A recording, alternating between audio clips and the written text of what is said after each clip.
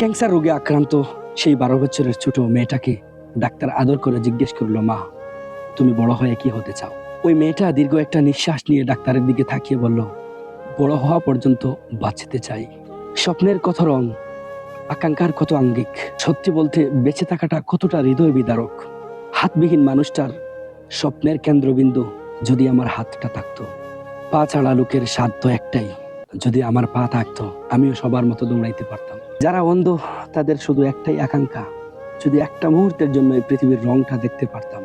যারা কথা বলতে পারে না বোবা, তাদের একটাই ইচ্ছা, যদি সবার মতো স্বাভাবিকভাবে একবার কথা বলতে পারতাম, তাহলে পূর্ণ হতো আমার সেই আশা আকাঙ্ক্ষা। মেধাবী মা বাবা যখন তার সন্তানকে গোল্ডেন A+ না পাওয়ার কারণে বকাচকা করে, তখন হাজারো বুদ্ধি প্রতিবন্ধী সন্তানের মা বাবা রবের কাছে একটাই প্রার্থনা করে, আমার ছেলেটা যেন স্বাভাবিকভাবে জীবনযাপন করতে পারে। আইসিইউর ভিতরে থাকা লোকটি একটা বারের জন্য চিন্তা করে, যদি আরো একটা বার ঘুরে দাঁড়াতে পারতাম। ভিডিওটি যখন আপনি দেখতেছেন, এই মুহূর্তে এই পৃথিবীতে হাজারো মানুষের মৃত্যুসজ্জা অবস্থায় চলতেছে একটা নিঃশ্বাস নেওয়ার হাহাকার। আপনি কি জানেন, এই হাহাকার পৃথিবীর শত ডিপ্রেশনকে ভুলিয়ে দেয়। শীতের রাতে বাসস্টপে কিংবা ফুটপাতে অথবা রেল স্টেশনে যে মানুষটা দিন শেষে মাথা গুছিয়ে রাখত, ওই মানুষদেরও দিন শেষে একটু মাথা গুছিয়ে রাখার সেই ঠাইটুকু স্বাধীনভাবে নেই। গ্রামের সবচাইতে বড় লোক যখন শহরে বড় উঁচু দালান করে, তারপরও নিজেকে হতভাগা মনে করে। দুনিয়া হচ্ছে ধোঁকার বস্তু।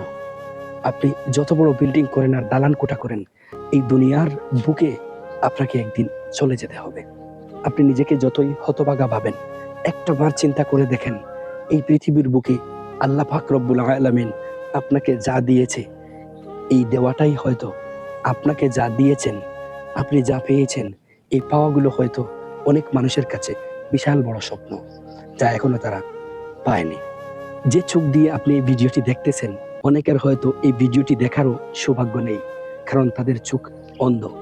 এত কিছু পাওয়ার পরও যদি আপনি ডিপ্রেশনের মধ্যে থাকেন, তাহলে কিছু করার নাই। সব সমস্যার বড় সমস্যা একটাই, আমরা অন্যের সুখকে বড় সুখ ভাবি, আর নিজের সুখটাকে অসুখ ভাবি। তাই আমি ব্যক্তিগতভাবে একটা কথাই বলতে চাই, হাজারো হতাশার মধ্যে একটাই ভরসা, আল্লাহ যা করেন আপনার আমার ভালোর জন্যই করেন। তাই সর্ব অবস্থায় আমরা বলবো আলহামদুলিল্লাহ।